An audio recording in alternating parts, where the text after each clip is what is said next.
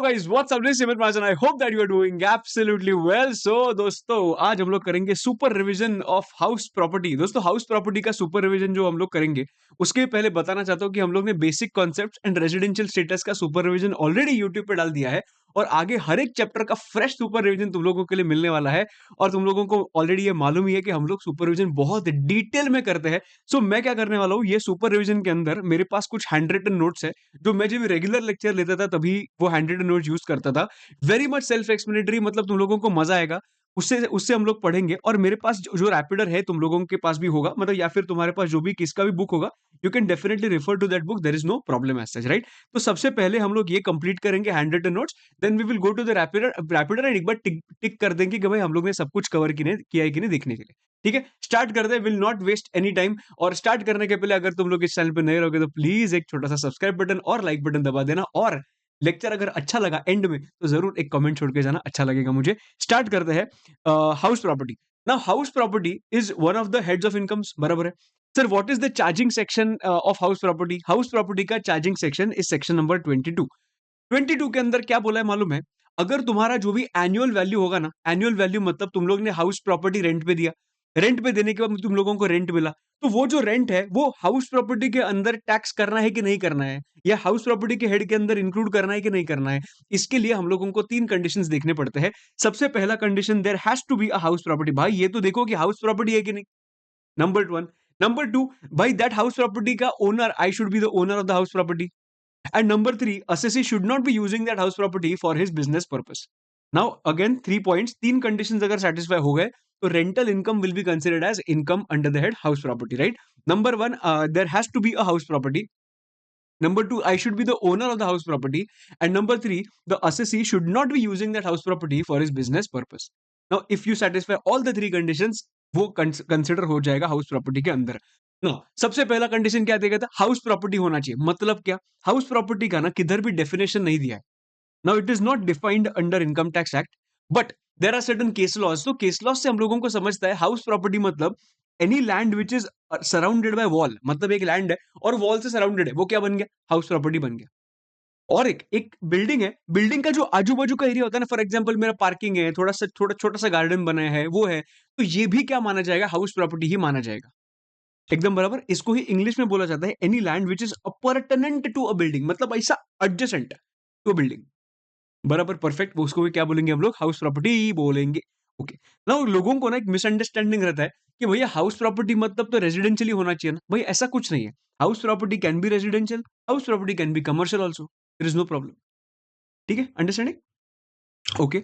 Next point, कि कभी भी याद रखो, इनकम्प्लीट हो या फिर रूइंड हो या फिर डिमोलिश्ड बिल्डिंग हो, मतलब प्रॉपर हाउस प्रॉपर्टी नहीं है, वो प्रॉपर बिल्डिंग में नहीं है वो, तो इसको हम लोग हाउस प्रॉपर्टी जैसे ट्रीट नहीं करेंगे। मैं तुझे बताऊं, वो लोग ना एग्जाम्पल दे सकते हैं। रोहित शेट्टी को एक फिल्म प्रोड्यूस करनी है, रोहित शेट्टी को एक फिल्म प्रोड्यूस करनी है और उसको एक डिमोलिश्ड बिल्डिंग चाहिए। तो वो मेरे पास आया और उन्होंने बोला, रोहित शेट्टी ने मुझे बोला कि अमित भाई, मुझे वो डिमोलिश्ड आपकी जो बिल्डिंग है ना, वो मुझे शूटिंग के लिए मिल सकती है क्या? मैंने बोला नो प्रॉब्लम। मैंने मेरा डिमोलिश्ड बिल्डिंग का जो एरिया था, मतलब पूरा बिल्डिंग था, वो रेंट पे दे दिया रोहित शेट्टी को। उसने मुझे रेंट पे किया वो डिमोलिश्ड बिल्डिंग का। मेरे हाथ में वो कौन से हेड के अंदर टैक्स होगा? मेरे हाथ में वो हाउस प्रॉपर्टी के अंदर टैक्स नहीं होगा। It will be taxed under the head income from other sources. याद रखना, एमसीक्यूज में पूछ सकते हैं, आया तो मजा आएगा। ठीक है, ओके। उसके बाद, सर मेरे पास एक वेकेंट लैंड है और मैंने वो लेट आउट कर दिया। अगर मेरा वेकेंट लैंड लेट आउट कर दिया ना दोस्त, देन इन दैट केस वो हाउस प्रॉपर्टी के अंदर नहीं आएगा, because vacant land is not house property. तो वो किधर होगा? आईएफओएस के अंदर। बराबर। Now land appurtenant thereto includes, मतलब उसके अंदर क्या क्या आएगा? कार पार्क आएगा, बैकयार्ड आएगा, अप्रोच रोड आएगा, सब कुछ आ जाएगा। ठीक है, कंडीशन नंबर वन डन है। Condition number two, I should be the owner of the house property. ना इधर इधर देखो, इधर बहुत सिंपल बात क्या है, ये जो ओनर होता है ना, owner can be registered owner, owner can be beneficial owner, कोई भी हो सकता है। नाउ फॉर एग्जाम्पल, एक साल में, मतलब फाइनेंशियल ईयर और प्रीवियस ईयर बोलो 2021 में मैं ओनर था, and but I did not receive any rent. मैं ओनर था, मैं रेंट पे दिया था, वो छपरी आदमी ने मुझे पैसा दिया ही नहीं था। बराबर। 21-22 में मैंने मेरा हाउस प्रॉपर्टी बेच दिया और उसके बाद मुझे पैसा मिला कभी का, लास्ट ईयर का। तो कहना इससे कि मैं टैक्स नहीं भरेगा, मैं टैक्स नहीं भरेगा बिकॉज मेरा हाउस प्रॉपर्टी है ही नहीं। अरे भाई, तेरा लास्ट ईयर तो हाउस प्रॉपर्टी था ना? था। वो इनकम कौन सा है? लास्ट ईयर का है। तो जब भी का इनकम है तभी अगर तेरे पास हाउस प्रॉपर्टी था, then in that case even though in the current year in which you are receiving the amount, it does not matter you are whether you are the owner और no, right? तो इसके वजह से जो साल में मिल रहा है, you need not be the owner. जो साल का इनकम है वो साल में तो अगर ओनर होगा, देन इन दैट केस जब भी मिल रहा है, irrespective of the fact whether you are the owner और no, it will be taxable in your hands. तो इतना ही बोला है। एकदम बराबर, परफेक्ट एकदम। ये कंडीशन नंबर 2 आ गया। कंडीशन नंबर 2 में ही एक पॉइंट है कि अभी 3 लोगों का एग्जांपल लेते हैं। एक श्रेया है, एक भूषण है और एक हरीश है। बराबर? श्रेया ने क्या किया? श्रेया ने उसका हाउस प्रॉपर्टी लेट आउट कर दिया। It is owned by Shreya. 1 lakh रुपए जो था वो उस पर रेंट पे किया भूषण ने। तो ये जो 1 लाख रुपए है ना, वो इनकम फ्रॉम हाउस प्रॉपर्टी के अंदर टैक्स हो जाएगा। बराबर? बट भूषण ने वही हाउस प्रॉपर्टी क्या किया? सबलेट किया टू हरीश। ठीक है? तो हरीश ने वही वो रेंट उसका ही रेंट पे किया फॉर 1 लाख रुपीस। तो ये जो 1 लाख रुपए पे किया ना, वो इनकम फ्रॉम अदर सोर्सेस के अंदर टैक्स होगा। क्यों ऐसा? बिकॉज़ भूषण भले वो हाउस प्रॉपर्टी रेंट पे दे रहा है, but still Bhushan is not the owner of the house property, no. इसके वजह से आईएफओएस के अंदर 1 लाख रुपीस टैक्स हो जाएगा फॉर भूषण। एकदम परफेक्ट, सही है। तो लेटिंग किया तो हाउस प्रॉपर्टी पर, सबलेट किया तो इनकम फ्रॉम अदर। ठीक है। कंडीशन नंबर 3 सिंपल है, I should not be using it for business purpose. ठीक है, चलो। तो ये 3 कंडीशंस अपने सेक्शन नंबर 22 के डन एंड डस्टेड हो चुके हैं। नाउ उसके बाद बात करते हैं फॉरेन प्रॉपर्टी का। नाउ सर, मेरा एक प्रॉपर्टी है आउटसाइड इंडिया, मतलब मेरा यूके में एक प्रॉपर्टी है और मैंने परचेज करके रखा है। ठीक है।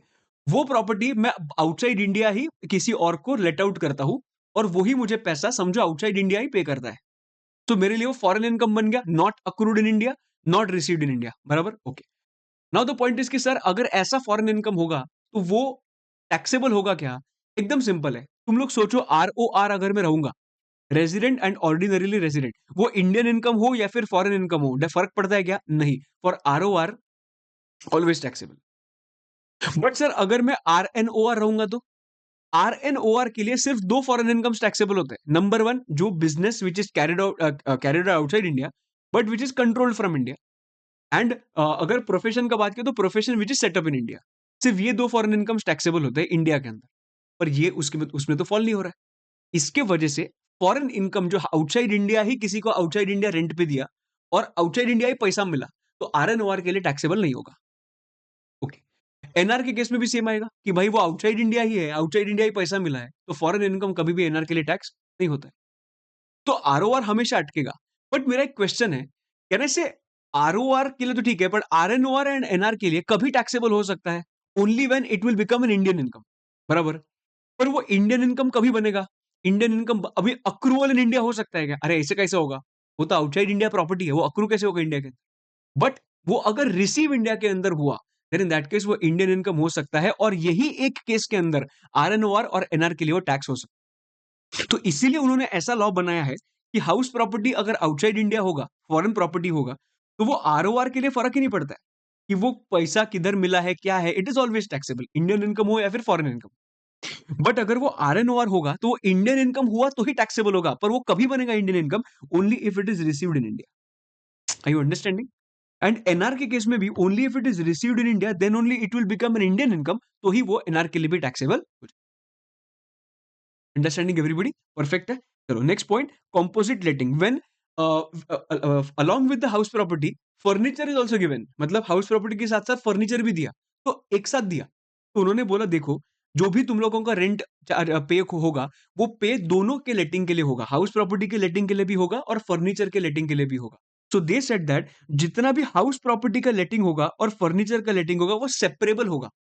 If both the lettings are separable, then in that case जितना भी हाउस प्रॉपर्टी से पैसा मिला, वो इनकम फ्रॉम हाउस प्रॉपर्टी के अंदर टैक्स हो जाएगा, और जितना भी फर्नीचर से पैसा मिला, वो इनकम फ्रॉम अदर सोर्सेज के अंदर टैक्स हो जाएगा। और अगर मेरा फर्नीचर लेट आउट करने का बिजनेस होगा, इन दैट केस पीजीबीबी के अंदर। Understanding everybody? परफेक्ट। ये कभी होगा when two lettings are separable. But what if the two lettings are not separable? भाई two lettings are not separable, no, then entire amount will be IFOS. Entire amount will be IFOS और PGBP as the case में भी, अगर वो मेरा business होगा तो। Are you clear? एकदम परफेक्ट, इधर तक नो प्रॉब्लम। तो ये मेरा कॉन्सेप्ट नंबर 2 था। कॉन्सेप्ट नंबर 3, नॉर्मल फॉर्मेट मैंने दिया है कि भाई तुम लोगों को एग्जाम के अंदर कुछ भी कौन सा भी क्वेश्चन आ जाए, फॉर्मेट तो यही रखना है भाई। सबसे पहला एक्चुअल रेंट और expected rent, which ever is higher में आएगा gross annual value. Gross annual value से माइनस करेंगे municipal taxes paid by the assessee during the previous year, बराबर। ये माइनस करने के बाद मुझे मिलेगा नेट एनुअल वैल्यू। उसमें से 24 के दो डिडक्शंस माइनस करेंगे, section number 24A, that is 30% flat deduction which is applicable on the net annual value, and the interest on borrowed capital, जो आगे जाके हम लोग एक एक चीज देखने वाले हैं, बराबर। And if I reduce both then I will get income from house property. एकदम परफेक्ट दोस्त, सही है, इधर तो प्रॉब्लम नहीं है, perfect. Now the point is कि sir how to identify this GAV. मैंने बोला था जीएवी मतलब एक्सपेक्टेड रेंट और actual rent received which ever is higher, ठीक है। नाउ एक्सपेक्टेड रेंट मतलब क्या, MFS, क्या बोलने का, MF&S। Sir what is the meaning of M मतलब म्यूनिसिपल वैल्यू, F मतलब क्या, फेयर रेंट, एंड S मतलब क्या, स्टैंडर्ड रेंट, बराबर। म्यूनिसिपल वैल्यू मतलब ऐसा वैल्यू जो डिटरमाइंड बाय म्यूनिसिपैलिटी है, right. So value on which municipal tax is usually paid, ठीक है। फेयर रेंट मतलब क्या, अगर वैसे ही प्रॉपर्टी का, अगर मैं आजू बाजू के प्रॉपर्टीज देखता हूं with the same square feet and everything, उसका market value, basically in simple words market value, rent of the similar property in the same locality क्या आता है, वो फेयर रेंट बन गया। नो स्टैंडर्ड रेंट क्या होता है, स्टैंडर्ड रेंट मतलब एक रेंट कंट्रोल एक्ट करके एक एक्ट है, उसके अंदर वो डायनेमिक्स का वो कितना रेंट आएगा, तो ये भी एज पर द बुक्स ही होगा। फेयर रेंट जो होगा वो क्या होगा, सिमिलर प्रॉपर्टी का मार्केट वैल्यू जैसा। म्यूनिसिपल वैल्यू भी एज पर द बुक्स ही होगा, म्यूनिसिपैलिटी के रिकॉर्ड्स में इसका कितना वैल्यू है। सो म्यूनिसिपल वैल्यू और fair rent which ever is higher, I will get one figure, this value and standard rent whichever is lower, I will get one figure। जो भी मुझे फिगर मिलेगा ना, ये figure is going to be my expected rent. So MFS याद रखने का, M और F whichever is higher, that amount or standard rent whichever is lower, that is my expected rent, which I will compare that with actual rent received। Perfect है sir, एक number, मजा आ गया। चलो हम लोग अभी आगे बढ़ते हैं with the next part, that is what is the meaning of actual rent received. Actual rent received मतलब actual rent receivable minus unrealised rent. मतलब अगर तुझे कौन सा, समझो कि रिसीवेबल मतलब क्या, एवरी मंथ में 10,000 रुपीज चार्ज करता हूं for 12 months for that from that particular tenant, मुझे कितना पैसा मिला, मिलना चाहिए 120, बट वो आदमी छपरी आदमी निकला, मतलब उसने मुझे 2 महीने का रेंट तो दिया ही नहीं। अगर मुझे 2 महीने का रेंट इधर दिया ही नहीं, तो वो अनरियलाइज रेंट करके मैं माइनस कर सकता हूं, और उसके बाद actual rent received is equal to receivable minus the unrealise rent, that is 20,000। मतलब actual rent received will be what, 1 lakh रुपए, and I have to compare this with expected rent.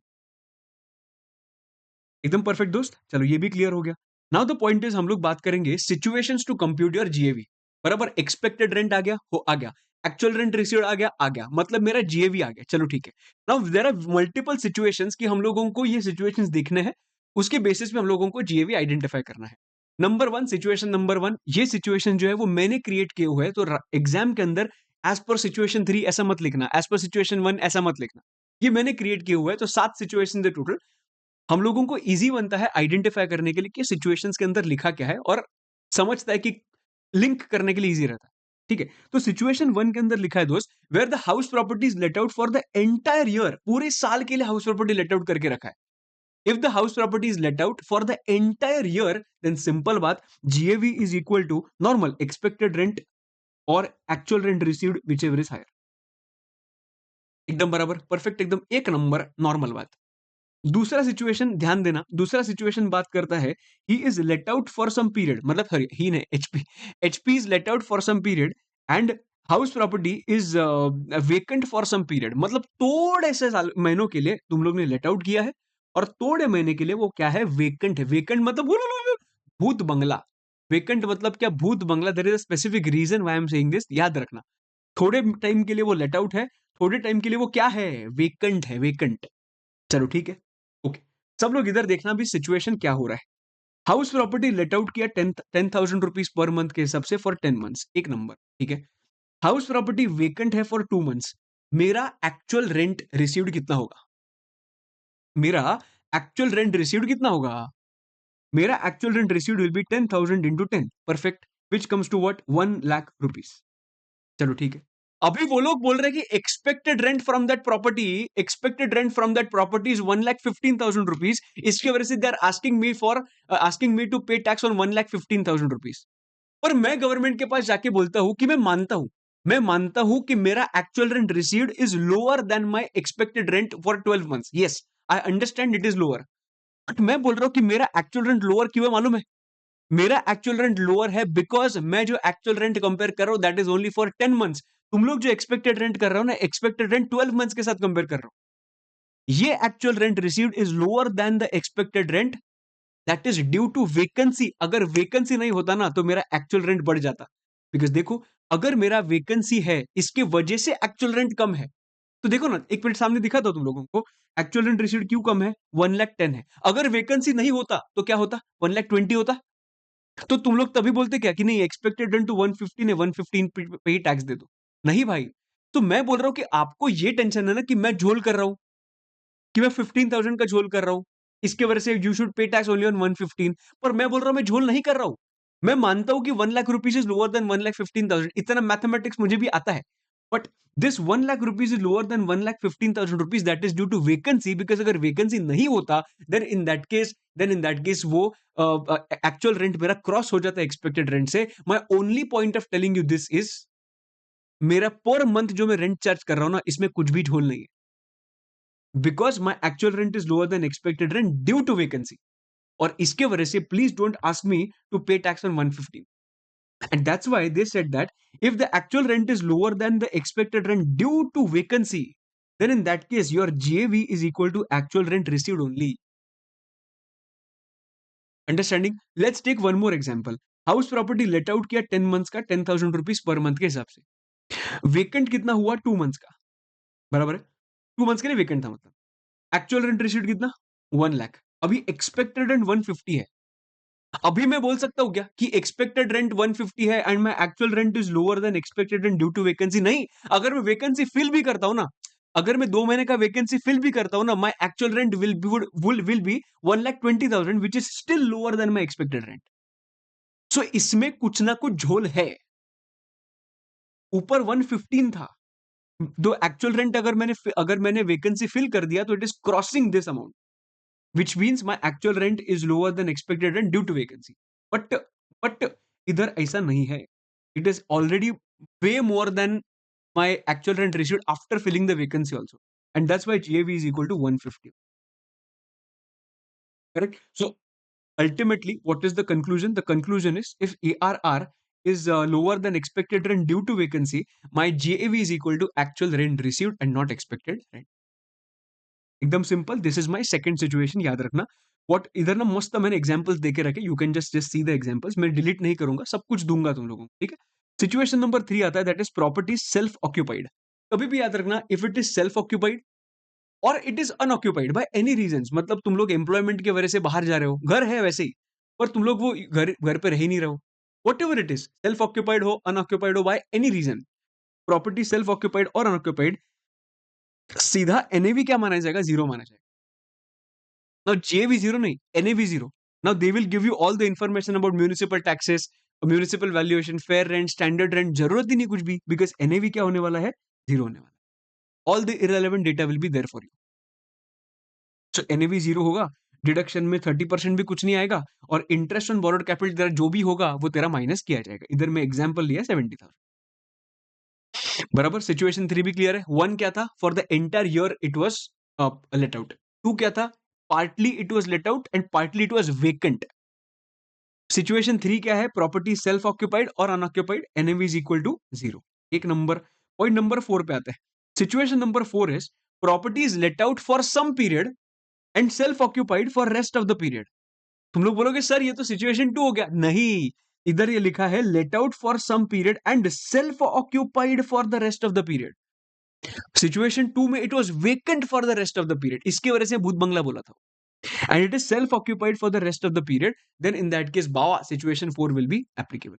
इधर कुछ नहीं करने का, इधर कुछ नहीं करने का, इधर क्या करने का मालूम है? जितना भी तेरा एक्चुअल रेंट है वो ले लो और तेरा एक्सपेक्टेड रेंट ले लो 12 महीने का। You are going to compare expected rent for 12 months and actual rent जो भी तेरा 10 मंथ्स का होगा उतना, विच एवर इज हायर। इधर कुछ नहीं, plain simple vanilla case, late out for 10 months है, 10 months into 10,000, you compare this with 12 months का expected rent, एकदम परफेक्ट, नो प्रॉब्लम।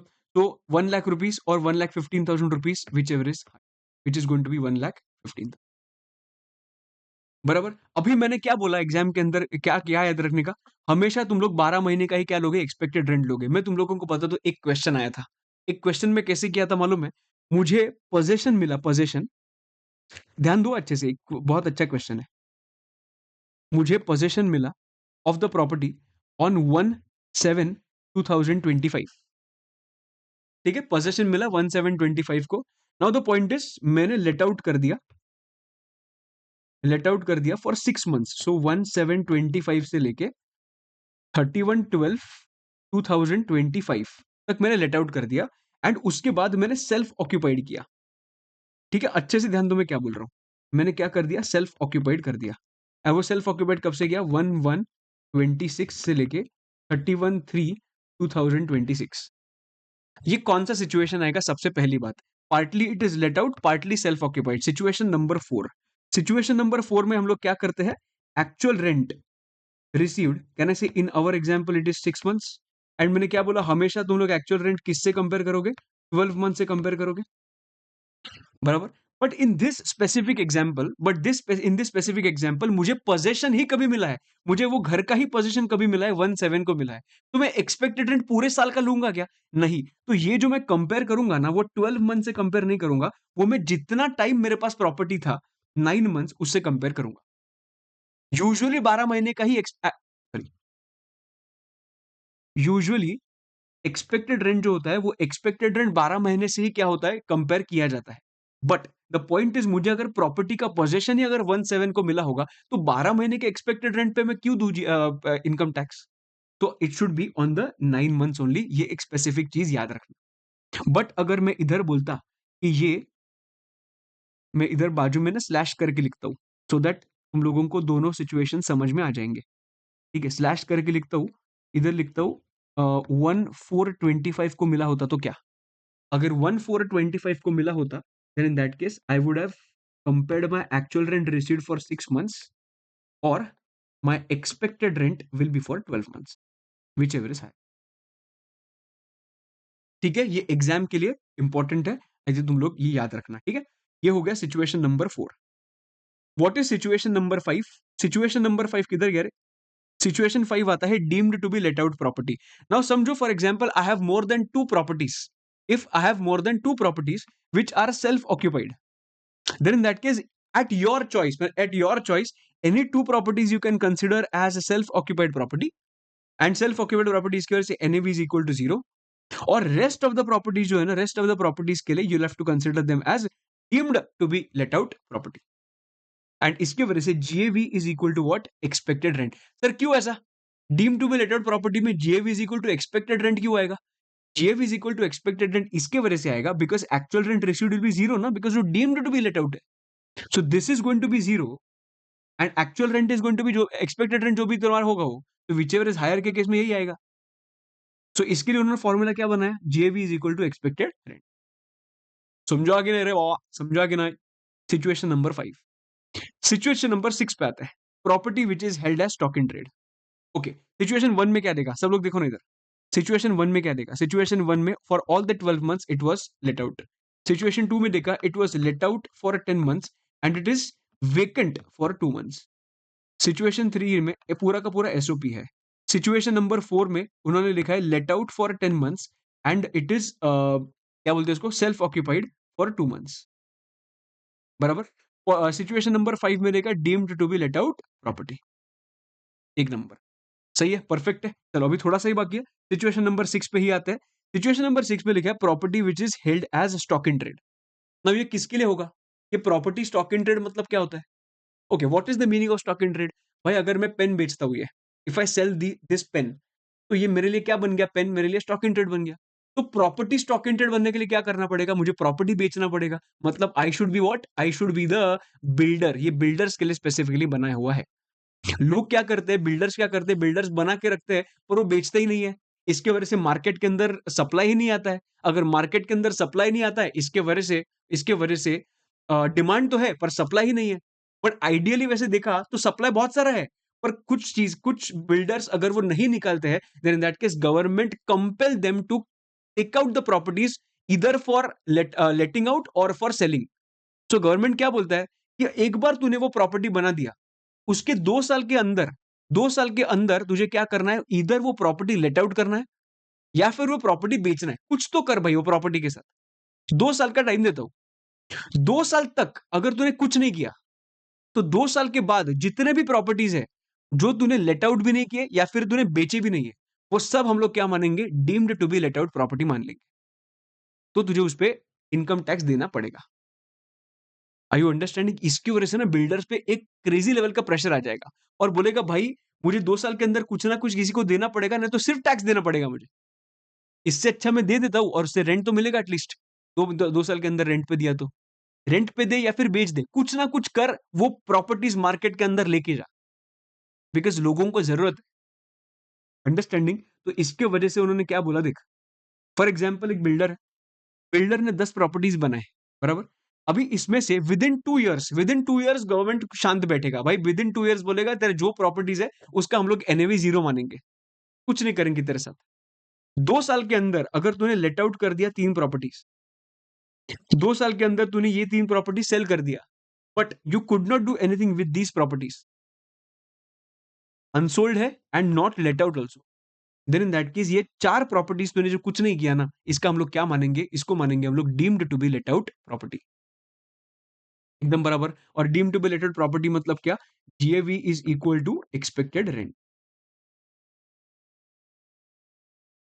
एकदम बराबर।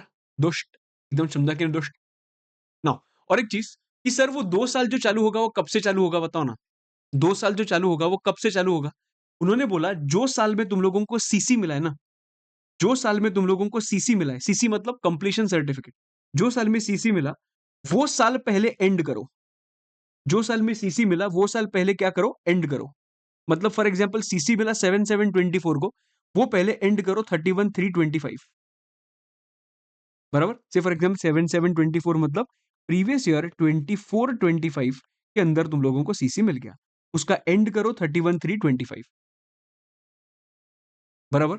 ये तो फाइनेंशियल ईयर एंड हुआ है, बराबर। उधर से लेके 2 साल, उधर से लेके 2 साल। सो 2 years will begin from the end of the previous year in which the CC is received. जिधर से सीसी मिला उधर से एंड करो, उधर से लेके 1 year and 2 years। ये 2 साल के अंदर मतलब एक्चुअली तुझे you are getting more than 2 years वैसे देखा तो। इसके अंदर इधर यू लेट आउट और you sell, what ever you do what ever. और अगर इसमें से कुछ भी नहीं किया तो डीएलओपी माना जाएगा and GAV is equal to expected rent. समझा कि नहीं? Everybody clear? वाह, समझा कि नहीं? ये तुम्हारा सिचुएशन नंबर 6 हो गया। सिचुएशन 7 पे आते हैं। Situation 7 talks about property is partly late out and partly self occupied. ना बहुत सारे लोगों को ना इसमें कंफ्यूजन होता है अपने सिचुएशन 4 के अंदर एंड सिचुएशन 7 के अंदर। देखो दोस्तों, सिचुएशन 4 जो है ना वो टाइम वाइज बात करता है। टाइम वाइज मतलब ये प्रॉपर्टी थोड़े टाइम के लिए it is let out and थोड़े टाइम के लिए it is self occupied. Situation 7 time का बात नहीं करता, एरिया का बात करता है। एरिया का मतलब एक प्रॉपर्टी है, ये प्रॉपर्टी का आधा is self occupied and property का आधा इज लेट आउट। बराबर। This is your situation number 7। एकदम सिंपल बात है। अगर ऐसी high it is I think that high possibility that you will get question from situation 7 because they can ask multiple questions in this. Situation 7 में बोलते हैं एक घर है, इसका आधा सेल्फ ऑक्यूपाइड है और आधा फ्लोर जो है वो क्या करके रखा है मैंने, लेट आउट करके रखा। तो सिंपल चीज इसमें ना, सिचुएशन 7 आने के बाद कहने से इसको इंडिपेंडेंटली ट्रीट करो, इसको इंडिपेंडेंटली ट्रीट करो। तो सेल्फ ऑक्यूपाइड होगा तो सिचुएशन 3 के हिसाब से ये करो, एंड अगर लेट आउट होगा तो देखो कि कौन सा सिचुएशन लगता है। अच्छा लेट आउट है पूरे 12 महीने के लिए क्या होगा, तो सिचुएशन 1 लगेगा। अगर थोड़ा सा लेट प्रॉपर्टी लेट आउट है और थोड़ा सा वेकेंट है तो सिचुएशन 2 लगेगा। तो बेसिकली ये अलग-अलग तुम लोग क्या करोगे, ट्रीट करोगे। बट इसमें लोग गलती क्या करते हैं मालूम है? लोग जब भी गलती करते हैं तभी म्युनिसिपल वैल्यू दिया जाता है, फेयर रेंट दिया जाता है, स्टैंडर्ड रेंट दिया जाएगा, वो पूरे घर का दिया जाता है। तो जभी भी तुम लोग ये लेट आउट प्रॉपर्टी के लिए एक्सपेक्टेड रेंट निकालोगे, उसका 50% ही निकालना सिर्फ। जो सब कुछ 50% निकालोगे मतलब एक्सपेक्टेड रेंट जो भी होगा वो 50% आएगा, म्युनिसिपल टैक्सेस पे होगा उसका 50% आएगा, इंटरेस्ट ऑन बोरोड कैपिटल उसका 50% आएगा। बराबर। So don't forget to put that 50%। एकदम बराबर। परफेक्ट एकदम दोस्तों, समझा कि नहीं? मैं ये ना सिचुएशन तुम लोगों को एक बार ये रैपिडर से समझाता हूँ। अभी तक जो किया फटाफट रैपिडर से रिवाइज करते हैं, सो रिवीजन भी हो जाएगा तुम्हारा। सबसे पहली बात, वी स्टार्टेड विथ की चार्जेबिलिटी, मतलब सेक्शन नंबर 22। ठीक है, ये अपना रैपिडर है। तुम्हारे पास जो भी बुक होगा you can just open that book. सबसे पहले 3 कंडीशंस के बारे में बात किया। कंडीशन नंबर 1, बिल्डिंग के अंदर क्या आता है वो बात किया मैंने। बाद में ओनर कौन होता है उसके बारे में बात किया। बाद में प्रॉपर्टी बिजनेस के लिए यूज नहीं होना चाहिए। ठीक है, ये हम लोग बाद में बात करते हैं करेंगे। Property held as stock in trade, चलो बात कर ही लेते हैं, हम लोगों को मालूम है। If the property is held as stock in trade up to 2 years from the end of the financial year in which CC is received, तब तक एनुअल वैल्यू जीरो माना जाएगा। बट आफ्टर कंप्लीशन, मतलब after completion of 2 years, discuss later, but हम लोगों को मालूम है ये चीज, it is going to be considered as what, deemed to be let out. उसके बाद मैंने फॉरेन प्रॉपर्टी का इधर बात किया। बाद में कॉम्पोजिट लेटिंग का इधर बात किया। एनुअल वैल्यू कैसे निकालना है उसके बारे में मैंने बात किया। डिटर्मिनेशन के लिए भी मैंने सब कुछ बात कर लिया। Then I talked about situation number 1, property let out throughout the previous year. Situation number 2, property is vacant for some time, तो GAV is equal to actual rent received और रिसीवेबल। बाद में सिचुएशन नंबर 3 देखा, self occupied property और unoccupied property by any reason होगा, NAV is equal to nil. उसके बाद property is let out for some period and occupied, मतलब self occupied for rest of the period. तो मैंने क्या बोला, actual rent will be compare with expected rent, and expected rent will be for 12 months, actual rent will be for actual month. ठीक है। Situation 4 के बाद situation 5, deemed to be let out property इधर आ गया। Any two properties will be self occupied, बाकी के जो होगा वो deemed to be let out. Stock in trade का मैंने बात किया सिचुएशन 6, एंड सिचुएशन 7 का मैंने इधर। एकदम परफेक्ट है। Now the next part which starts, जो लास्ट पार्ट जो अपना स्टार्ट होता है, which is your municipal. Okay, अपना एक्सपेक्टेड रेंट कंप्यूट करके हो गया, अपना एक्चुअल रेंट समझ के हो गया, आ गया जीएवी। जीएवी से हम लोग क्या माइनस करते हैं, म्यूनिसिपल टैक्सेस, बराबर। अभी म्यूनिसिपल टैक्सेस जो माइनस करेंगे, समझो क्या होता है। म्यूनिसिपल टैक्स का सबसे पहले जो परसेंटेज होता है ना, वो म्यूनिसिपल वैल्यू पे कंप्यूट होता है, याद रखना।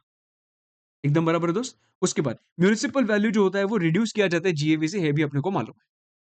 म्यूनिसिपल टैक्सेस का डिडक्शन मिलता है only when it is paid during the year, मतलब अगर पे नहीं किया होगा तो अक्रूवल बेसिस पे म्यूनिसिपल टैक्स का डिडक्शन नहीं मिलता है। तो no deduction on accrual basis. Next point, it is paid by the assessee himself. Deduction कभी मिलेगा, only when it is paid by Amit Mahajan, then only I will get a deduction. If it is paid by the tenant, मुझे deduction नहीं मिलेगा। Sir ऐसा हो सकता है कि ये साल के अंदर मैंने लास्ट 4 years का म्यूनिसिपल टैक्स पे कर दिया, तो जितना भी मैंने पे किया होगा ना दोस्त, उतना सबका मुझे क्या मिल जाएगा, डिडक्शन मिल जाएगा। एकदम बराबर, परफेक्ट एकदम। उसके बाद मेरा म्यूनिसिपल टैक्स माइनस होने के बाद मुझे क्या मिलेगा, नेट एनुअल वैल्यू मिलेगा। अब ये जो नेट एनुअल वैल्यू होता है ना, वो हम लोग उसमें से हम लोग सेक्शन नंबर 24 में दो डिडक्शन लेते हैं। Deduction number 1, that is section number 24A, standard deduction, and number 2, interest on borrowed capital. ठीक है, पर एक छोटा सी चीज मेरा ऊपर डिस्कस करना बाकी है, एग्जाम्पल्स ऑफ म्यूनिसिपल टैक्स क्या होता है। जो म्यूनिसिपैलिटी जो चार्ज करती है ना, वो तुम्हारा म्यूनिसिपल टैक्स है। फॉर एग्जाम्पल, फायर टैक्स है, वाटर टैक्स है, सीवरेज टैक्स है, tax tax tax municipal tax में आ जाएगा। बट बट अगर मैंने वाटर चार्जेस का बात किया या फिर इंश्योरेंस का बात किया, these are the expenses and will get covered in 30%। मतलब इसका तुम लोगों को डिडक्शन नहीं मिलने वाला है, because these are water charges. If they say water tax, consider that as municipal tax. But if they say water charges, insurance, then in that case समझ जाना कि भाई वो लोग, उसके लिए तुझे ऑलरेडी डिडक्शन मिल रहा है 24A के अंदर। 24A के अंदर बोला है कि तुम लोगों को स्टैंडर्ड डिडक्शन मिल जाएगा फ्लैट 30%, जिसके अंदर माँ कसम सब कुछ आ जाएगा, repairs, insurance, water water charges, other charges, fire charges, वो भी होगा, चार्जेस चार्जेस है, सब कुछ आ जाएगा, रिपेयर्स भी सब कुछ। सो ना, please be careful with the water tax and water charges in the exam, इधर थोड़ा कंफ्यूजन हो सकता है। ठीक है, ओके। तुम्हारा 24A भी कंप्लीट हो गया। और एक चीज, 24A के अंदर ना याद रखना हमेशा कि 24A में सब लोगों को डिडक्शन मिलता है, नो कंडीशंस कि ये हुआ तो ही 30% मिलेगा, ऐसा कुछ नहीं। ठीक है। Now interest on borrowed capital का हम लोग बात करते हैं, मतलब घर लेने के लिए मैंने कुछ लोन लिया है, और वो लोन का मैं इंटरेस्ट पे कर रहा हूं, बराबर। लोन का मैं इंटरेस्ट पे कर रहा हूं। अभी वो जो इंटरेस्ट होता है ना, interest can be of two types दोस्त। Interest can be pre construction interest और पोस्ट कंस्ट्रक्शन इंटरेस्ट, बराबर। प्री कंस्ट्रक्शन इंटरेस्ट और पोस्ट कंस्ट्रक्शन इंटरेस्ट, वो दोनों का मुझे डिडक्शन मिल जाएगा। वो दोनों का मुझे क्या मिल जाएगा, डिडक्शन मिल जाएगा। क्यों ऐसा, बिकॉज बात बहुत सिंपल है भाई। देखो, मैंने लोन लिया, इसकी वजह से घर बना इसकी वजह से वो लेट आउट कर पाया। अगर वो मैंने लेट आउट किया तो मुझे पैसा मिला, बट पैसा कमाने के लिए वो लोन लिया था उसका इंटरेस्ट भी पे करना पड़ेगा ना मुझे। सो can I say for earning this income I am spending this amount of interest and that's why I am taking a deduction for this interest. बराबर। अभी वो जो इंटरेस्ट है there can be two types, construction complete होने से पहले से मैंने लोन लिया था तो इसकी वजह से प्री कंस्ट्रक्शन इंटरेस्ट आएगा, एंड कंस्ट्रक्शन कंप्लीट होने के बाद भी मैंने लोन लिया, लोन चालू था, इसकी वजह से पोस्ट कंस्ट्रक्शन इंटरेस्ट भी होगा। तो वो दोनों का जो ट्रीटमेंट है दैट इज डिफरेंट, और पब्लिक इसमें थोड़ा कंफ्यूज होता है, पर आई विल एंश्योर कि तुम लोगों को इसके बाद कंफ्यूजन नहीं होगा, बट जस्ट दैट तुम लोगों को स्पीड कम करना पड़ेगा, नहीं तो नहीं होगा भाई। तुम लोगों को समझना है अच्छे से, तो इज्जत से स्पीड कम करो, नहीं तो नहीं समझेगा। अगर समझा होगा कंटिन्यू विद दैट, नहीं समझा होगा इज्जत से करना है, प्लीज रिड्यूस द स्पीड, अच्छे से करो, कंप्लीट हो जाएगा, ठीक है। ओके। प्री कंस्ट्रक्शन इंटरेस्ट जो होता है ना, डिडक्शन मिलता है क्या? यस। सर पोस्ट का, यस उसका भी मिलता है। अभी दोनों का ट्रीटमेंट अलग अलग है, ये थोड़ा देखना। वो लोग क्या बोल रहे हैं मालूम है? प्री कंस्ट्रक्शन इंटरेस्ट मतलब कंस्ट्रक्शन कंप्लीट होने के पहले तुम लोग ने जितना भी इंटरेस्ट पे किया ना, उसको पहले अक्यूमुलेट करो, एक फिगर लेके आओ, उसको पहले क्या करो? अक्यूमुलेट करो, और अक्यूमुलेट करने के बाद तुझे इसका डिडक्शन मिल जाएगा, बट इन 5 इक्वल इंस्टॉलमेंट्स मिलेगा। इन 5 इक्वल इंस्टॉलमेंट्स मिलेगा। तो देखो, प्री कंस्ट्रक्शन इंटरेस्ट का deduction of course I will get it once the construction is done and I will let out, तभी तो मैं कंप्यूटेशन करूंगा ना, बराबर। तो डिडक्शन मिलेगा in the financial year in which construction is completed, बराबर। बट अमाउंट ऑफ डिडक्शन कितना मिलेगा? इन 5 इक्वल इंस्टॉलमेंट। चलो ठीक है। नाउ द पॉइंट इज कि सर पोस्ट कंस्ट्रक्शन इंटरेस्ट का क्या करूं? पोस्ट कंस्ट्रक्शन इंटरेस्ट कुछ नहीं, पोस्ट कंस्ट्रक्शन इंटरेस्ट जो साल में वो इंटरेस्ट होगा वही साल में तुझे डिडक्शन मिल जाएगा, एकदम बराबर। एवरीबडी लुक हियर, मैं तुम लोगों को कुछ बताता हूं इधर क्या होता है। पेन किधर है? हाँ, ये देखो, अगर मैंने वैसे देखा तो everybody agrees to this, yes और नो मुझे बताना। मैंने देखा तो year number 1, year number 2, year number 3, year number 4 and year number 5, ऐसे 5 साल है। सो अगर मेरे पास प्री कंस्ट्रक्शन इंटरेस्ट होगा तो कैन आई से, और मैं और भी ईयर लिखता हूं, 6 एंड 7। अगर मेरे पास प्री कंस्ट्रक्शन इंटरेस्ट होगा तो ये प्री कंस्ट्रक्शन इंटरेस्ट जो होगा वो इसके लिए आएगा, इसके लिए आएगा, इसके लिए आएगा, इसके लिए आएगा, इसके लिए आएगा, 5 इक्वल इंस्टॉलमेंट। और अगर पोस्ट होगा तो ये भी होगा, ये भी होगा, ये भी होगा, ये भी होगा, ये भी होगा, ये भी होगा। Are you understanding? सब लोगों को समझ रहा है क्या? तो तो ऐसा भी हो सकता है कि ईयर नंबर 1 to 5 में प्री का भी इंटरेस्ट का डिडक्शन मिल रहा है, पोस्ट का भी इंटरेस्ट का डिडक्शन, बराबर। एकदम सिंपल चीज करने का रे, जो साल में तेरा कंप्लीशन हुआ ना उसके पहले तूने कितना इंटरेस्ट पे किया, एक फिगर लेके अपॉन 5 करके एवरी ईयर 5 साल में दे दे। पोस्ट कंस्ट्रक्शन इंटरेस्ट जितना जितना इंटरेस्ट आएगा एवरी ईयर उतना उतना तो डिडक्शन ले ले, एक्चुअल बेसिस पे, राइट। ओके। नाउ देखो, कॉन्सेप्ट नंबर 7 के अंदर लिखा है how to identify pre construction and post construction period. पहले ये तो सीखते हैं कि प्री कंस्ट्रक्शन पीरियड कैसे निकालते हैं, उसके बाद हम लोग उसका इंटरेस्ट निकालेंगे। एकदम सिंपल, जो दिन पे मुझे कंप्लीशन सर्टिफिकेट मिला, कभी मिला कंप्लीशन सर्टिफिकेट? 7/7/24 को कंप्लीशन सर्टिफिकेट मिला। उसके उधर खड़ा रहने का, और पीछे देखो, पीछे मतलब पीछे देखने का, कौन सा 31 मार्च दिखता है? अगर 7/7/24 के ऊपर ऐसे खड़े रहोगे तुम लोग और पीछे देखोगे पीछे, तो तुम लोगों को क्या दिखेगा? 31 मार्च 2024। That is the last day of the pre construction period. That is the last day of the pre construction period. समझा क्या? सब लोगों को समझा क्या? प्री कंस्ट्रक्शन पीरियड का last day will be 31 March 24। Sir हम लोगों को ये तो समझ में आ गया, प्री कंस्ट्रक्शन पीरियड का last day is this. So can I से पोस्ट कंस्ट्रक्शन का फर्स्ट डे उसका नेक्स्ट डे होगा? अरे भाई, बराबर ना। पोस्ट कंस्ट्रक्शन पीरियड का जो फर्स्ट डे होगा which is going to be 1 April. तो हम लोगों को ये तो समझ में आ गया, प्री कंस्ट्रक्शन का लास्ट डे क्या होने वाला है। प्री कंस्ट्रक्शन का लास्ट डे कभी होगा? 31 March of the preceding financial year in which CC is received. Everybody agrees? 31 March of the preceding financial year in which the CC is received. Everybody agrees? Yes.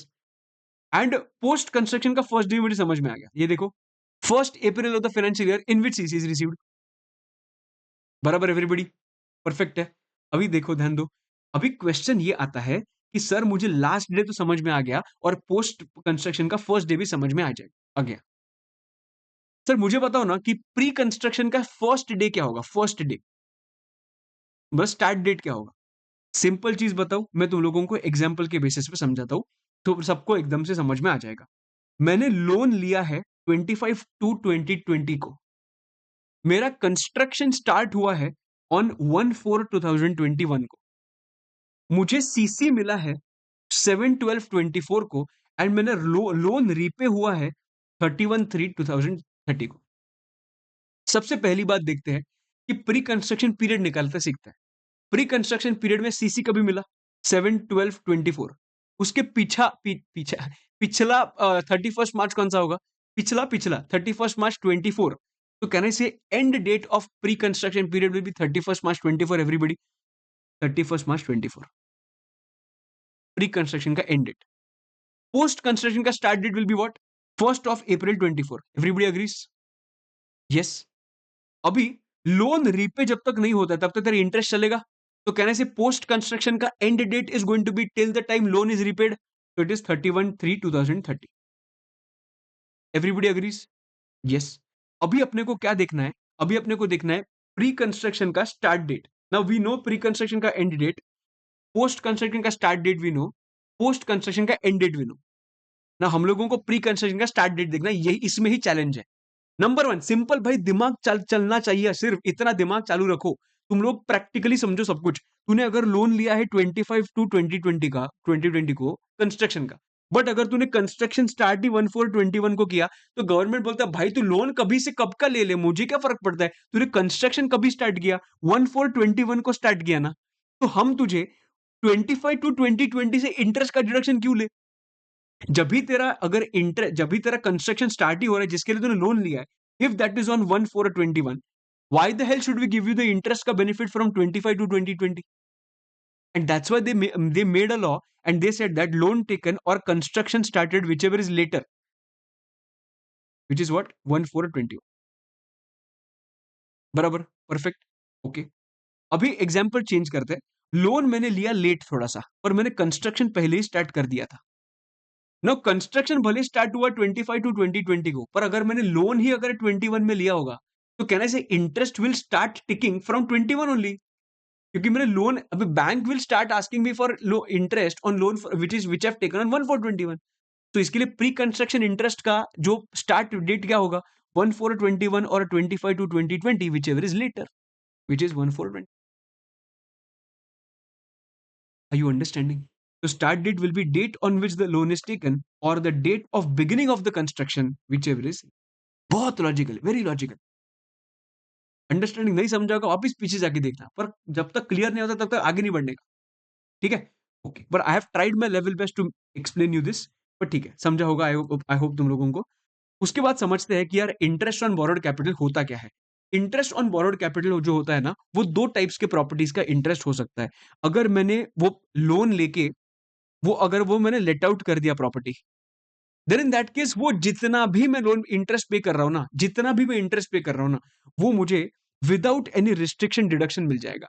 Allowed on actual basis. Sir what is the meaning of actual basis? मतलब अगर 7 करोड़ का भी अगर मेरा interest होगा ना, वो 7 करोड़ का इंटरेस्ट का डिडक्शन मुझे मिल जाएगा। There is no restriction on the amount.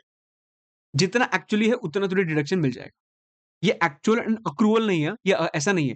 और एक चीज तुम लोगों को बता देता हूं, इंटरेस्ट ऑन बोरोड कैपिटल का डिडक्शन मुझे अक्रूवल बेसिस पे मिलता है, नॉट ऑन एक्चुअल बेसिस।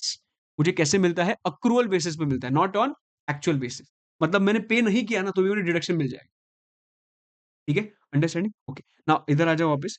अगर मेरा लेट आउट प्रॉपर्टी के लिए मैंने अगर यूज किया होगा वो loan amount, then in that case जो भी इंटरेस्ट पे कर रहा हूं, I will get a deduction of everything, even though I have not paid.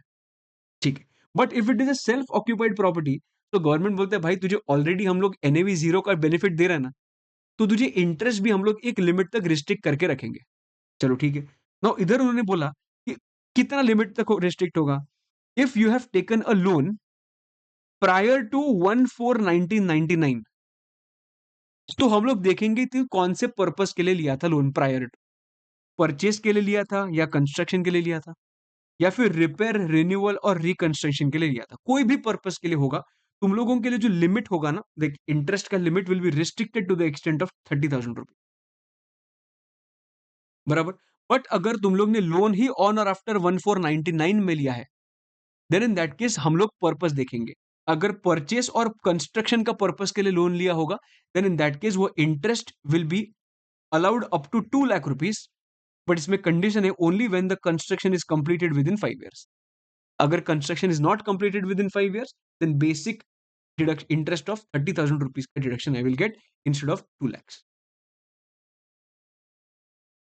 Correct? Okay. On और आफ्टर 1/4/1999 अगर लोन लिया है पर रिपेयर, रिन्यूअल, रिकंस्ट्रक्शन के लिए लिया है, again the amount will be restricted to 30,000। चलो ठीक है।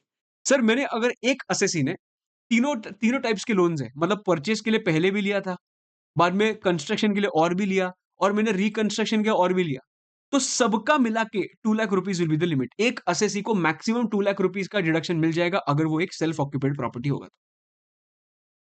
अगर वो लेट आउट प्रॉपर्टी होगा, खेल खत्म, तुझे तो लिमिट ही नहीं है। बट अगर सेल्फ ऑक्यूपाइड प्रॉपर्टी होगा, डेफिनेटली एक असेसी को मैक्सिमम 2 लाख रुपीज का डिडक्शन मिल। अभी मैं और एक चीज बताऊं, ये जो सेल्फ ऑक्यूपाइड प्रॉपर्टी का इंटरेस्ट है ना, this interest is allowed only in normal scheme. Normal scheme के अंदर अलाउड है, बट एसओपी का जो इंटरेस्ट है वो 115 बीएसई के अंदर अलाउड नहीं है, याद रखना है।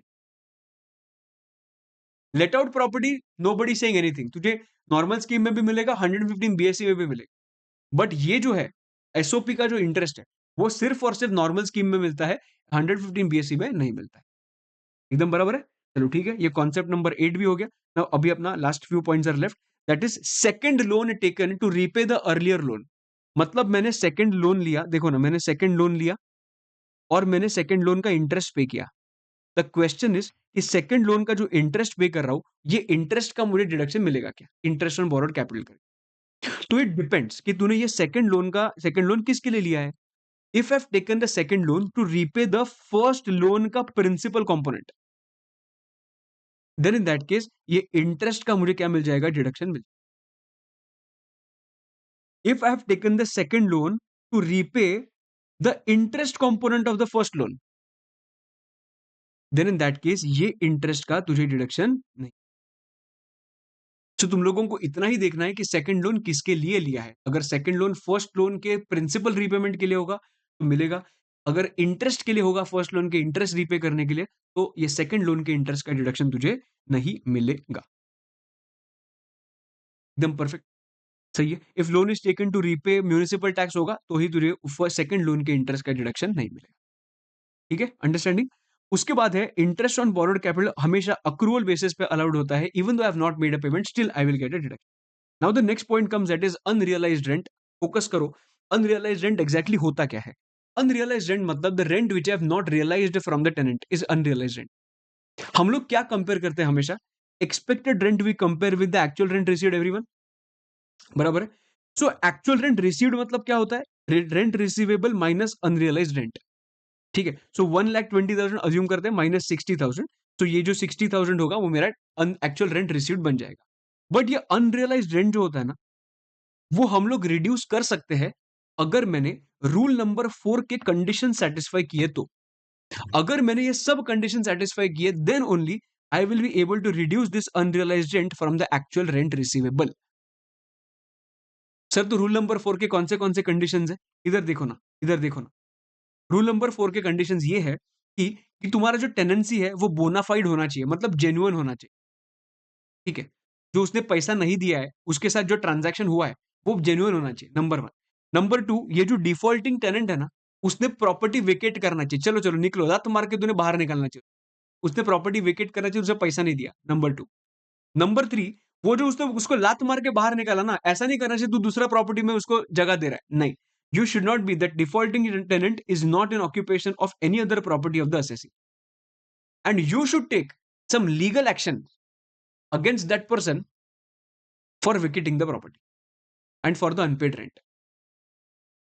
Understanding the tenancy is bona fide, the defaulting tenant has vacated the property, the defaulting tenant should not be in occupation of any other property, and assessee has taken all the necessary steps to institute legal proceedings for the recovery of the unpaid rent. Are you clear with this? एकदम simple है। तो ये अगर चारों condition satisfy हो गए rule 4 के, तो अनरियलाइज्ड रेंट तुम लोग क्या कर सकते हो, रिड्यूस कर सकते हो from the actual rent receivable. एकदम सॉर्ट है। चलो ठीक है। Now arrears of rent and unrealised rent के बारे में बात करते हैं। नाउ देखो अरियर्स ऑफ रेंट क्या होता है। अरियर्स ऑफ रेंट और अनरियलाइज्ड रेंट रिसीव्ड, मतलब देखो एक एग्जांपल लेते हैं, अरियर्स का बात करते हैं। समझो, ओके पहले अनरियलाइज्ड का बात करते हैं, then will I talk about arrears. समझो कि 23-24 में अनरियलाइज्ड रेंट था, इसकी वजह से मैंने डिडक्शन ले लिया। 23-24 में अनरियलाइज्ड रेंट था, उसका मैंने डिडक्शन ले लिया। बट 26-27 में मुझे वो अनरियलाइज्ड रेंट रिसीव हो गया।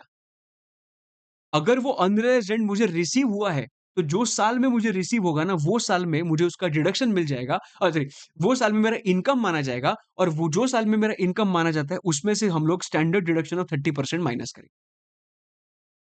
सो जभी भी मुझे वो अनरियलाइज्ड रेंट मिल रहा है, even though I am not the owner of this that property in that year, still I will have to pay tax under house property. जो भी इनकम आएगा उसमें से 30% स्टैंडर्ड डिडक्शन माइनस करना। बराबर एकदम। नाउ इसके बाद अरियर्स ऑफ रेंट का बात करते हैं। देखो सेम चीज है, अभी पर इसमें ऐसा है कि मैंने ऑलरेडी एक टेनेंट को हाउस प्रॉपर्टी रेंट पे दिया हुआ है, बराबर। तो जैन फेब एंड मार्च, ये 3 महीने का बात करते हैं। तो मेरा जो रेंट था वो 10,000 रुपीज था, 10,000 रुपीज था, 10,000 रुपीज। ऑन 1/4/24 आई डिसाइड कि प्रॉपर्टी तुम लोग रख सकते हो, मतलब you can continue using the property, but I am going to increase the rent from 10,000 to 12,000। मतलब अभी आगे तो 12,000 रुपीज पर मंथ तुझे देना पड़ेगा ही, बट अलॉन्ग विद दैट ये आपको मैं रेट्रोस्पेक्टिव चेंज कर रहा हूं। मतलब जो आपने पहले मुझे 10,000 10,000 10,000 दिया था ना, उसका भी मुझे आपको, मतलब you have to give me 2,000 more, 2,000 more and 2,000 more. तो मुझे ये जो 2,000 2,000 2,000 एक्स्ट्रा मिल रहा है ना, फॉर द अर्लियर पीरियड, वो जो जब भी मुझे मिलेगा, वो साल में टैक्स किया जाएगा। सो मुझे कैसे मिलेगा अभी, 12,000 रुपीज इंटू 12 ये साल का, एंड लास्ट 3 महीने का 2,000 एक्स्ट्रा इंटू 3। तो इस ये जो होता है ना, इसको बोला जाता है अरियर्स ऑफ रेंट, बराबर। और अरियर्स ऑफ रेंट कभी टैक्स होता है whenever you'll receive them, और whenever you'll tax them, मुझे 30% क्या करना पड़ेगा, रिड्यूस करना पड़ेगा standard deduction. I hope you are absolutely crystal clear with this part. अभी एक बात है, छोटा सा बात है, 2 पॉइंट्स बाकी है, दो इन एडमिसिबल डिडक्शंस। अगर मैंने हाउस प्रॉपर्टी लेने के लिए लोन लिया है बैंक ऑफ अमेरिका से, लोन लिया, वो पैसा इधर डाल दिया, और वो लेट आउट कर दिया प्रॉपर्टी, बराबर। और प्रॉपर्टी लेट आउट करने के बाद उसने मुझे रेंट दिया, रेंट मेरा इनकम फ्रॉम हाउस प्रॉपर्टी के अंदर आ जाएगा। द पॉइंट इज, ये जो इंटरेस्ट पे करूंगा मैं आउटसाइड इंडिया, उसका मुझे इंटरेस्ट का हाउस प्रॉपर्टी के केस में इंटरेस्ट ऑन बोरोड कैपिटल करके डिडक्शन मिलेगा क्या? Answer is yes, but there is a condition भी है। जो भी तुम लोग इंटरेस्ट पे करोगे बैंक ऑफ अमेरिका को, तो तुम लोगों को टीडीएस काट के पे करना पड़ेगा। वो तुम लोगों को टीडीएस काट के पे करना पड़ेगा। अगर तूने वो टीडीएस नहीं काटा होगा, देन इन दैट केस वो हाउस प्रॉपर्टी से ये इंटरेस्ट का तुझे डिडक्शन नहीं मिलेगा। ठीक है, तो टीडीएस काटना पड़ेगा during the financial year, and TDS deposit करना पड़ेगा on or before the due date of filing the return of income. तो टीडीएस काटो एंड टीडीएस काट के डिपॉजिट करो। अगर ये दोनों चीज कर लिया, तो ये इंटरेस्ट का 24B के अंदर तुम लोग डिडक्शन ले सकते। अंडरस्टैंडिंग। लास्ट पॉइंट इज को ओन, सेकंड लास्ट एक्चुअली, इधर एक छोटा पॉइंट बाकी है। को ओन्ड प्रॉपर्टी क्या होता है? को ओन्ड प्रॉपर्टी मतलब एक प्रॉपर्टी है, सब for example there is one person called Tushar, and there is one person called Zoha. ठीक है, तुषार का और जोहा एक भाई बहन है, बराबर। 50% is owned by Tushar and 50% is owned by जोहा। अभी क्या होता है मालूम है, ये तुषार एंड जोहा ने ये प्रॉपर्टी खुशी करके देयर इज वन पर्सन उसको लेट आउट कर दिया। उसको क्या कर दिया? लेट आउट कर दिया। ना लेट आउट करने के बाद खुशी क्या करेगी? पेमेंट करेगी, बराबर। तो अगर पेमेंट किया तो दोनों के हाथ में 50-50% टैक्स होना चाहिए, वैसे देखा तो यस। बट हमेशा याद रखो, if it is a let out property, always compute one computation, मतलब always have only one computation. पूरा कंप्यूट करो, और जो आंसर आएगा ना वो बाइफरकेट। दो दो कंप्यूटेशन करने की जरूरत नहीं है। देखो, make only one computation, get final answer, and bifurcate into two in the proportion, बराबर। बट मैंने ये दोनों ने प्रॉपर्टी सेल्फ ऑक्यूपाई करके रखी है, और उन्होंने लोन लिया हुआ था पहले, और इसके वजह से 5 लाख रुपीज का उन्होंने, वो लोग इंटरेस्ट पे करते हैं। 5 लाख रुपीज का इंटरेस्ट पे करते हैं, 2.5 lakh 2.5 lakh. Now the question is कि सर तो उनको डिडक्शन कितना मिलेगा? तो मैं बताऊं क्या, ये इनको डिडक्शन 2 लाख रुपए तक ही मिलेगा क्या? नहीं, ये एवरी एसएससी को 2 लाख एंड 2 लाख का रिस्ट्रिक्शन लग जाएगा। एवरी एसएससी को मिलेगा बेनिफिट 2 लाख एंड 2 लाख। ऐसा नहीं कि एक घर है तो 2 लाख का ही बेनिफिट मिलेगा, नहीं, एवरी एसएससी को 2 लाख एंड 2 लाख। अगर रिपेयर्स के लिए होगा तो 30,000 एंड 30,000। सो मैक्सिमम डिडक्शन इधर कितना मिलेगा? 4 लाख, मतलब दोनों को मिला के बोल रहा हूँ। I hope you are clear with this. ठीक है? ओके। तो देखो, 2 separate computation should be done. In this case 2 separate computation should be done. दोनों का एनएवी 0 माना जाएगा और दोनों में से तुम लोग 2 लाख या 30,000 माइनस करोगे, as the case may be. ठीक है? तो limit of 2 lakh and 30,000 is available to both the co-owners independent. Tax planning point वही है कि it is always beneficial to buy a house property which is self occupied, which is jointly with somebody else, so that दोनों को वो benefit मिल जाता है। और ये बेनिफिट एसओपी का कभी मिलेगा? Only only when you are in the normal scheme. अगर तू 115 बीएससी में वैसे क्या, वैसे भी तुझे कुछ भी में नहीं मिलता है। बराबर। Last point for today, that is going to be deemed ownership. Deemed ownership के केस में क्या लिखा है उन्होंने कि अगर transfer of a house property to spouse for inadequate consideration, अगर मैंने मेरा हाउस प्रॉपर्टी मेरे स्पाउस को दे दिया फॉर इनएडिक्वेट कंसिडरेशन, उससे जो भी रेंट आएगा वो भले स्पाउस के हाथ में वो आ जाएगा, because she is the owner now, but still I will be considered as deemed owner. मतलब जो ट्रांसफरर होता है ना, वो ट्रांसफरर ही क्या माना जाएगा? डीम्ड ओनर माना जाएगा। मैं तो लिखता हूँ transferor will be considered as deemed owner. But अगर वो property under an agreement to live apart होगा, अरे भाई दोनों में झगड़ा चल रहा है, तो क्या लोग टैक्स प्लानिंग कर सकते हैं क्या? नहीं। अगर under an agreement to live apart होगा ना, देन इन दैट केस वो स्पाउस के ही हाथ में क्या हो जाएगा? टैक्स हो जाएगा। ठीक है? Point number 1। पॉइंट नंबर 2 बात करते हैं, very important from clubbing of income perspective as well. ठीक है? तो transfer of house property to minor child for inadequate consideration, ये जैसे मैंने ऊपर स्पाउस को दिया था, अगर उसने वो माइनर चाइल्ड को दिया होगा, कौन सा? हाउस प्रॉपर्टी, तो माइनर चाइल्ड को जो इनकम मिलता है वो भले उसके हाथ में मिलता होगा, but still it will be taxed in the hands of the transferor. बराबर? चलो ठीक है। बट अगर वही अगर माइनर चाइल्ड एक माइनर मैरिड डॉटर होगी, तो अगर वही माइनर चाइल्ड एक माइनर मैरिड डॉटर होगी, then in that case this deemed ownership का concept will not be applicable. मतलब वो माइनर मैरिड डॉटर के हाथ में ही टैक्स हो जाएगा। आराम से सुनो क्या बोल रहा हूं। माइनर चाइल्ड को दिया, डीम्ड ओनर का कॉन्सेप्ट आ जाएगा। अगर मैंने minor child being minor married daughter होगा, section 27 will not be applicable, minor married daughter के हाथ में टैक्स हो जाएगा। याद रखने के लिए ऐसे याद रख सकते हो कि तूने माइनर थी तो भी शादी क्यों की, तो तुझे खुद से टैक्स देना पड़ेगा। ये ऐसा याद रख सकते, ठीक है? बाद में holder of इम्पार्टिबल estate. Now इम्पार्टिबल estate मतलब क्या, कि भाई देखो मेरे 2 भाई है और देयर आर 2 फ्लोर्स और एक बालकनी, ठीक है? फ्लोर नंबर 1, फ्लोर नंबर 2 और बालकनी। नाउ ये पूरा प्रॉपर्टी लेट आउट कर दिया। तो ब्रदर नंबर 1, ब्रदर नंबर 2 है ना? सो ब्रदर नंबर 1 के हाथ में ये फर्स्ट फ्लोर ये हो जाएगा टैक्सेबल। ब्रदर नंबर 2 के हाथ में वो सेकंड फ्लोर का रेंट टैक्सेबल हो जाएगा। But what about balcony? तो बालकनी जो है ना, वो इम्पार्टेबल एस्टेट है, वो किसी का भी नहीं है। तो उन्होंने बोला कि अगर वो लीगली डिविजिबल ही नहीं है, then the person who takes care of the property will be considered as the deemed owner of the property. For example brother number 2 takes care of this property, he gets all the benefits of this property.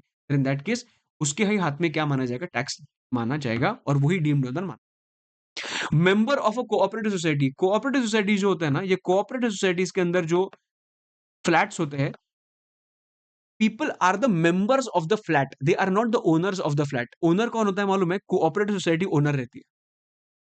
बराबर।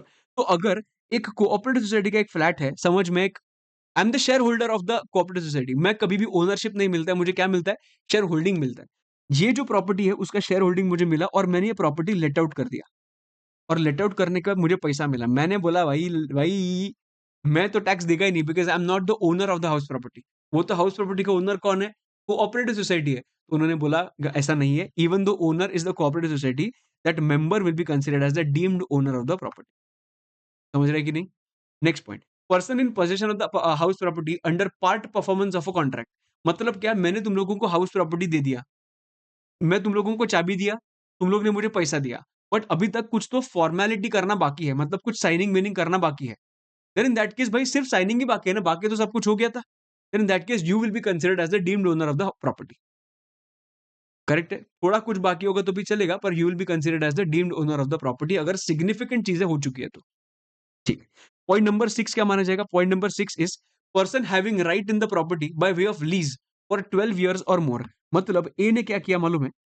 ए ने, ए के पास property है, ए का property है, ए का property उसने B को दे दिया ऑन लीज, और जो लीज है वो इक्वल टू और मोर देन 12 ईयर्स का है, then in that case B जो है ना वो क्या माना जाएगा, डीम्ड ओनर माना जाएगा। मतलब अगर बी ने अगर आगे जाके यही प्रॉपर्टी सी को लेट आउट कर दी और सी ने अगर रेंट पे किया, then in that case B के हाथ में वो हाउस प्रॉपर्टी करके टैक्स होगा, even though B is not the owner but he is considered as deemed owner, because उसको वो लीज पे कितने कितने साल के लिए मिला है, इक्वल टू और मोर देन 12 ईयर्स के लिए। एकदम परफेक्ट है। तो देखो हम लोग ने म्यूनिसिपल टैक्सेस का पॉइंट इधर कवर कर दिया है।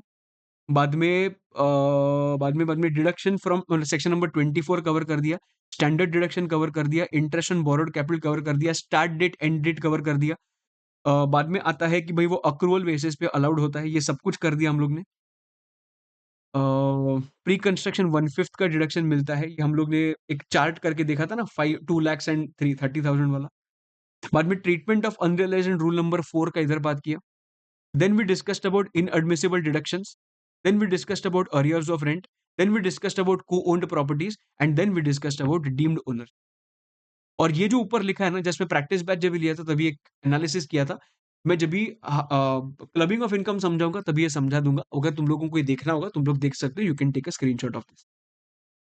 ठीक है, ये सेक्शंस है, section number 64 and section number 27। अगर तुम लोगों को आगे का नॉलेज होगा तो ये एनालिसिस तुम लोग देख सकते हो, बाकी ठीक है। और ये अपना कंप्लीट हो जाता है income from house property. So दोस्तों, I tried my best to make you understand this income from house property in the best possible way. I hope तुम लोगों को ये पूरा का पूरा चैप्टर समझा होगा।